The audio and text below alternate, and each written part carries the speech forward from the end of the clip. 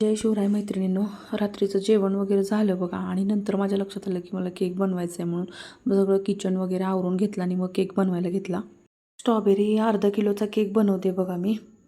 आणि strawberry cake बनवताना बघा मी स्ट्रॉबेरी इमर्शल वापरते, म्हणजे कलर पण आणि फ्लेवर पण दोन्ही पण येऊन जातं म्हणून. आणि हा केक मी आम्हालाच बनवते त्यामुळे चोको चिप्स वापरते. आणि म्हटलं बघू चोको चिप्स वापरल्यानंतर टेस्ट तरी कशी येते म्हणून. आणि केक मी घरीच बनवते आम्हाला, त्यामुळं मग मी पायपिंग बॅगचा वापर करत नाही आहे. म्हटलं काय फिनिशिंगची एवढी गरज नाही आहे, होऊन जाईल कसाही. आणि बघा केक मला सकाळी लागणार आहे म्हणून आत्ता बनवते मी. आणि बिना पायपिंग बॅग वापरता मी पहिल्यांदाच केक बनवला, तरी पण बघा फिनिशिंग खूप छान आली आहे. आणि डिझाईन तशी पण मी नॉर्मलच केले. बघा अशा प्रकारे आपला केक तयार झाला आहे. कसा वाटला तुम्हाला गडबडीत केलेला केक कमेंटमध्ये सांगा. आणि लाईक, शेअर, सबस्क्राईब करायला विसरू नका.